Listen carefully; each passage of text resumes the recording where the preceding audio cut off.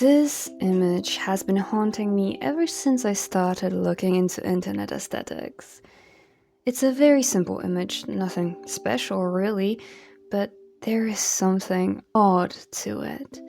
Something feels completely off, it's uncomfortable to look at, and yet, in a twisted way, I can't look away from it. There is something about Dreamcore that is absolutely addictive.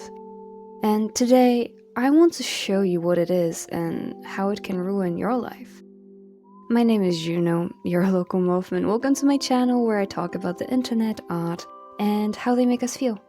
And today, in this installment of my Aesthetic Deep Dive series, where we take a look at internet aesthetics and try to understand them more, discover all of their hidden meanings and themes, we will be talking about an aesthetic that I both adore and hate.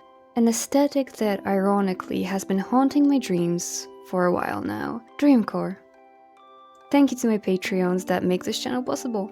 Fungus Finder, LEJBR, Zachary Hagen, Sashira, The Artistic Dragon, Artur Tchaikovsky, Binder Benate, Look Liz Lizard, The Julo, Takhandel, and Hammer the Knot. Now, relax, subscribe if you'd like to, and let's together take a look at this incredibly beautiful yet uncomfortable aesthetic. So, what is Dreamcore? Dreamcore is an aesthetic that, as the name suggests, visually focuses on dreams, but also on nostalgia and surreality. You might know that I already have videos about weirdcore and liminal spaces. These three aesthetics are, in many aspects, quite similar to each other, but I believe that when taking a closer look at them, you'll realize that they're actually saying very different things. Weirdcore is about how feeble the human memory is and the pain of time surging forward. Liminal spaces are about the loneliness and isolation we sometimes subject ourselves to. Then, what is Dreamcore about? Frequently, I came across an opinion that Dreamcore is just watered down weirdcore, or the TikTok version of it, and that due to how amateurish most of the edits are, Dreamcore doesn't have much to offer. I completely disagree with that opinion, and will show you why. This deep dive into Dreamcore will be the final part of this accidental trilogy. With this video, I hope to cover a crucial piece of context I have been missing in my previous analysis, something that I refuse to talk about due to how personal it is to me. But I'm getting ahead of myself. For now, let's gently enter the land of dreams and whoa!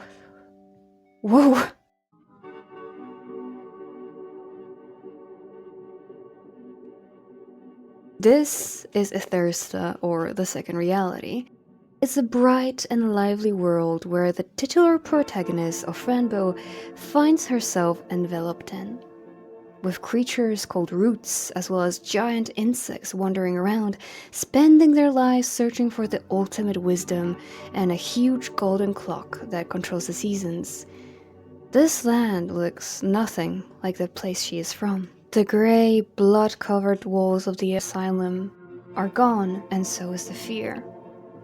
The second reality is a dream world, a place of absolute peace and beauty, uninterrupted and untarnished by evil.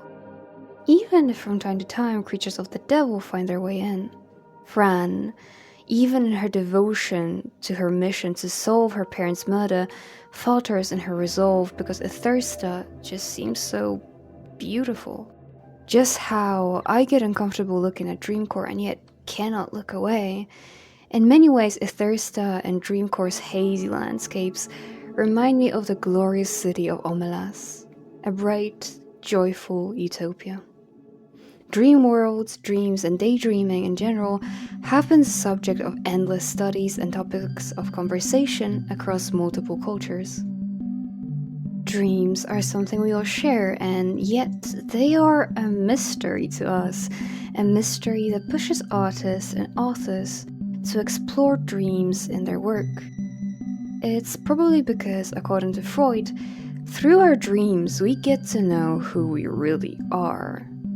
And maybe that's difficult to believe since dreams are clustered and confusing, and Dreamcore puts such a huge emphasis on surreality, but I'm not talking about surface level self-awareness. I'm talking about getting to know your deeply hidden desires and feelings, not how your real form is a TV head.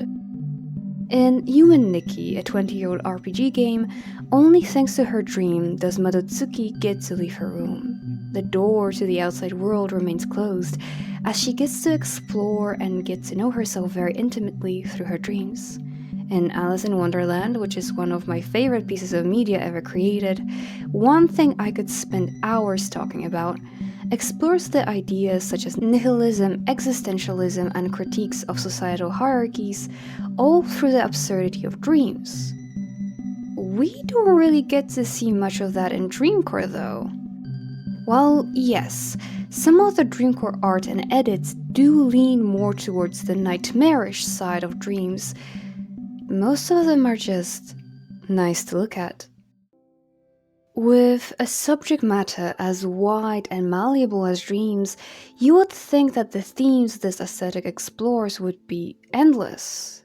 But no, Dreamcore has a very cohesive visual theming, which I find to be the single most fascinating thing about it. Lush, green, open fields gently moving with the wind, colorful neighborhoods, hazy and blurry landscapes. These images pull you in, their vibrant and warm colors lulling all of your senses, inviting you to lay in the grass and to bask in the glory of the setting sun rays. Dreamcore is an invitation to fully envelop yourself in a dream. While some things are distorted and confusing, such as landscapes getting squished together or multiple characters appearing with objects for heads, in the end, Dreamcore is a very visually appealing aesthetic. Dreamcore is bright, well lit, opulent in its beauty. There is something uncomfortable hiding just under the surface. I can't place it yet. However, I absolutely understand why this aesthetic is so popular. I love dreaming. When I was younger, all I ever wanted to do is sleep. I would frequently wish I could never wake up again. And can you blame me? Can you blame yourself if you feel the same way? But even if you wanted to sleep forever, you cannot. Your dreams reveal a lot about who you are. Thanks to them, you get to explore yourself better. But I think that you truly get to know yourself through your daydreams, where you get to control your thoughts more. And you can daydream for as long as you'd like, whenever you'd like, however you like. What do you daydream about? A fantastical world where you as the hero save the day?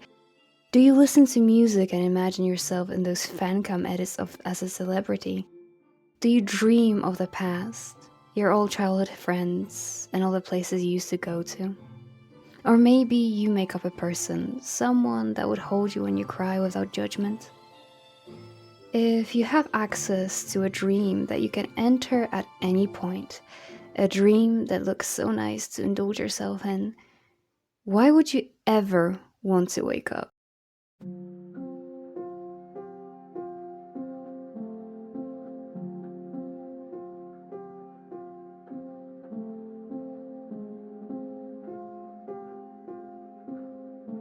You've had enough. The constant stress of the world became too much for you. You cannot take it anymore, but instead of snapping, you drift away. If you watch my Liminal Spaces video, you'll know that I'm a bit of a recluse, and I always have been. However, that was never by choice. So in late 2019, I made the decision that coming next year, I will be more social. I'll reach out to my friends more, and hey, maybe it's about time to meet some new people, broaden my horizons, maybe go on a date or two. How about I join some club or do some... Oh no.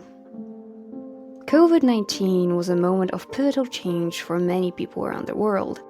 Many of us lost loved ones, opportunities, connections, jobs. But most of all, we lost time. Nothing really felt real in the early 2020s, and I believe that's because during COVID, all you could really do was escape.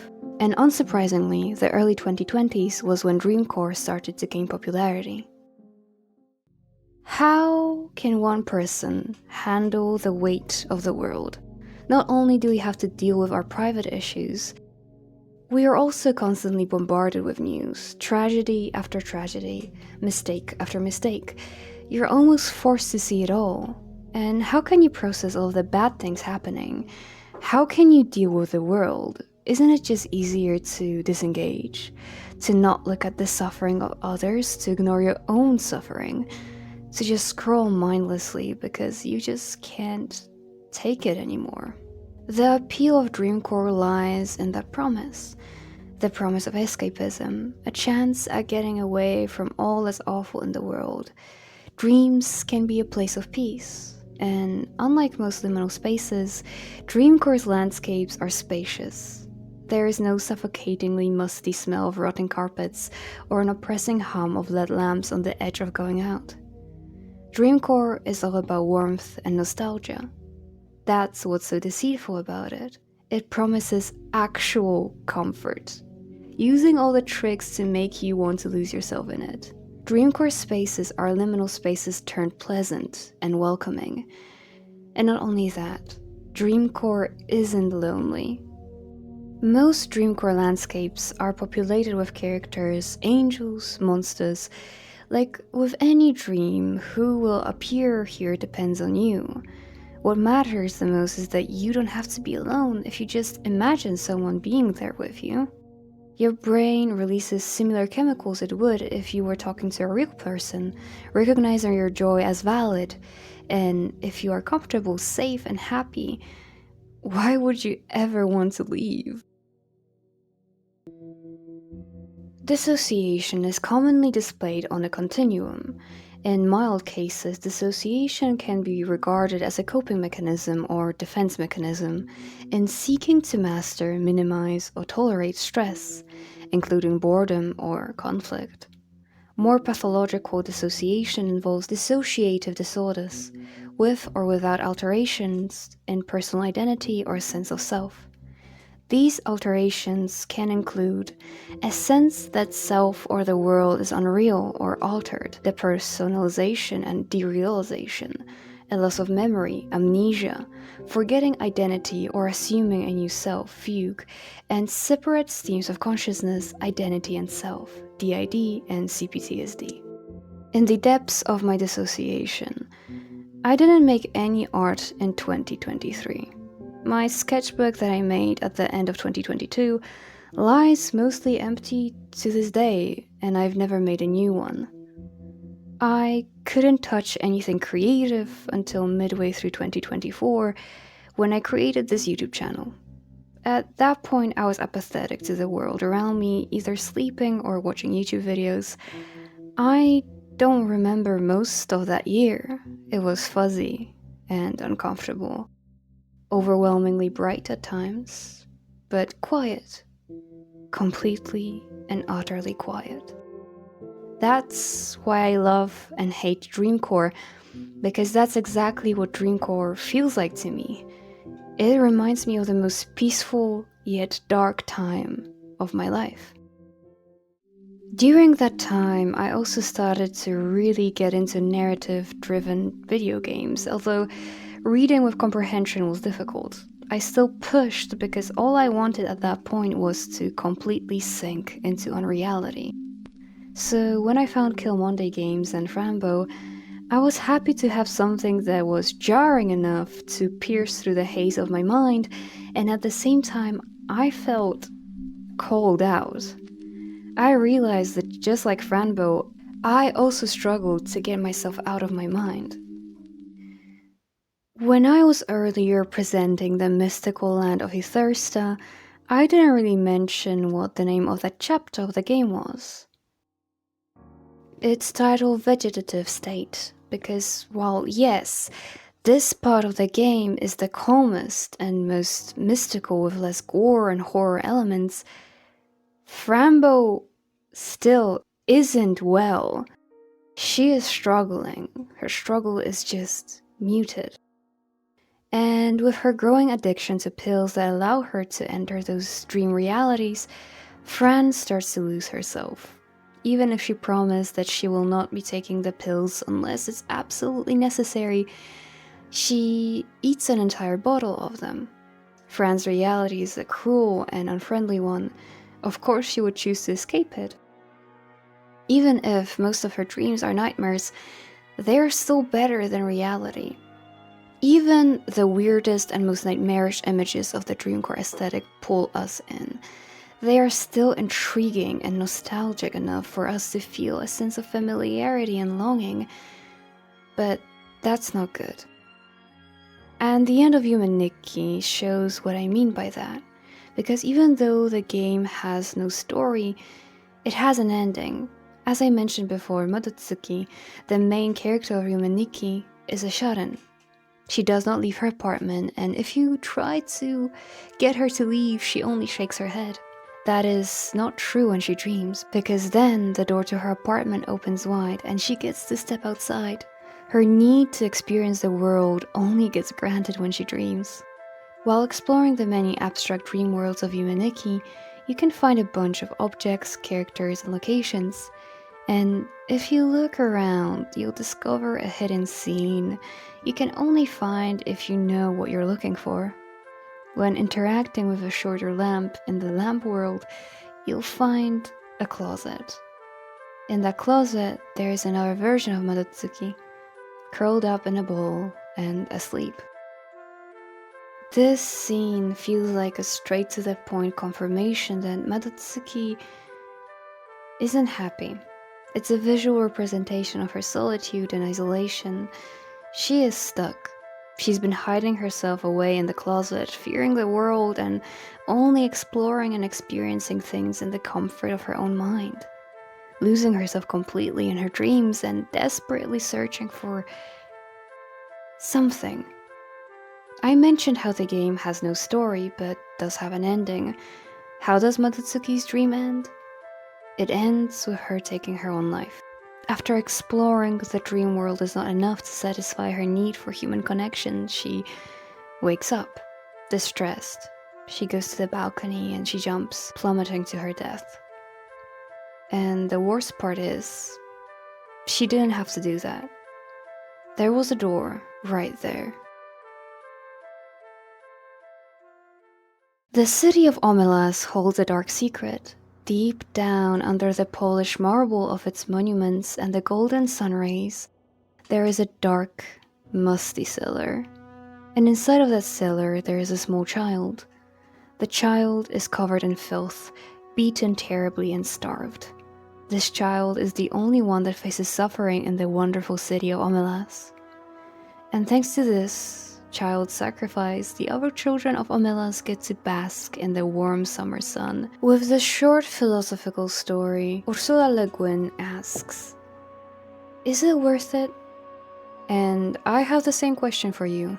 Is it worth it?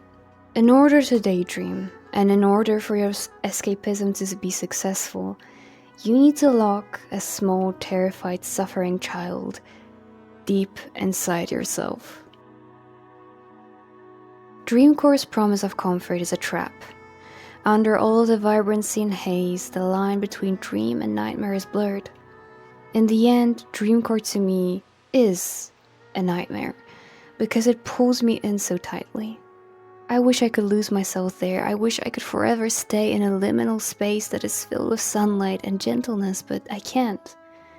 With liminal spaces, I talked about how I would like to sink into them, disappear and just stay there on the edge of change, forever locked in my waiting room. And that's true, but liminal spaces feel like the last safe space, a last resort, the precipice of hell.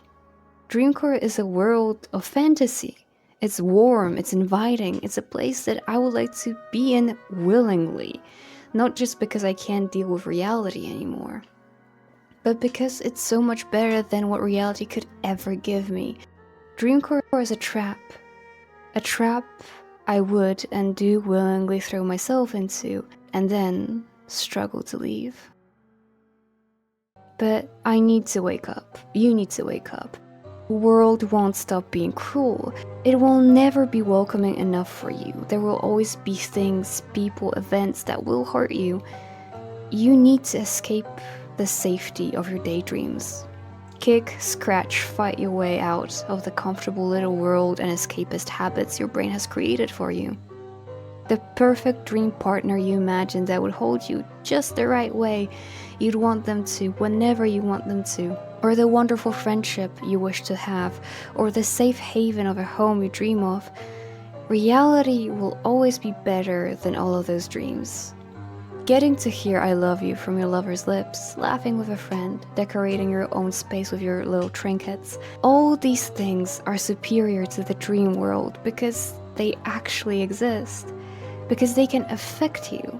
Even if you and your partner argue from time to time, even if your friends sometimes don't have time for you, and even if your place is a dingy little apartment, it's all superior because it's yours and it's there. It might be less vibrant than the beautiful landscapes of Dreamcore, less exciting than its creatures and ideas, less warm, but it will be real. Dreams can be a beautiful, inspiring thing, something that makes you wake up with a smile on your face, a reprieve from the noise of the world, a space just for you to explore your fantasies, needs, and wants, where anything you'd want to happen, happens. But dreams can also be a cage, a bad, harmful habit that at some point formed to protect you from the world, but now is protecting you from life.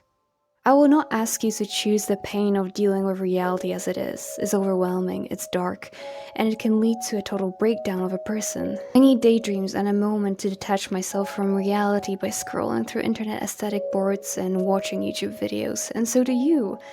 But don't let that stop you from living.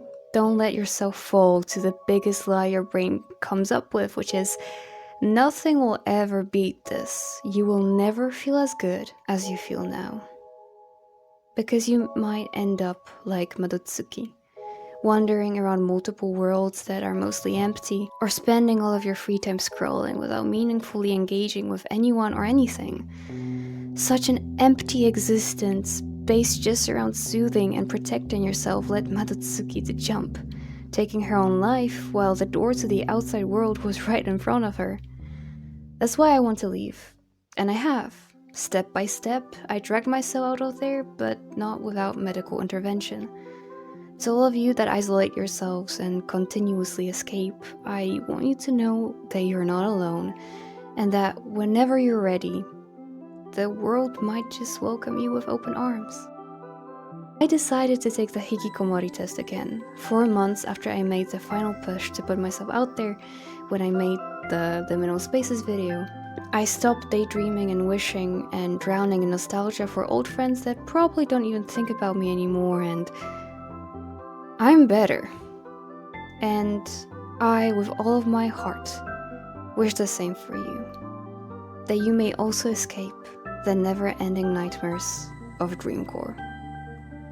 Thank you so much for watching this video to the end. Subscribe if you want to. If you haven't already, go ahead and watch the weirdcore video if you're interested in discussions of memory and forgetting things, and the liminal spaces video if you're interested in talking about the loneliness epidemic. I think you'll like both of these videos, and biggest thank you to the wonderful Discord moths that took part in the Draw This in Your Style challenge, drew me in their favorite aesthetic. If you're watching this video in March, you can still join the Discord and take part in this challenge as well.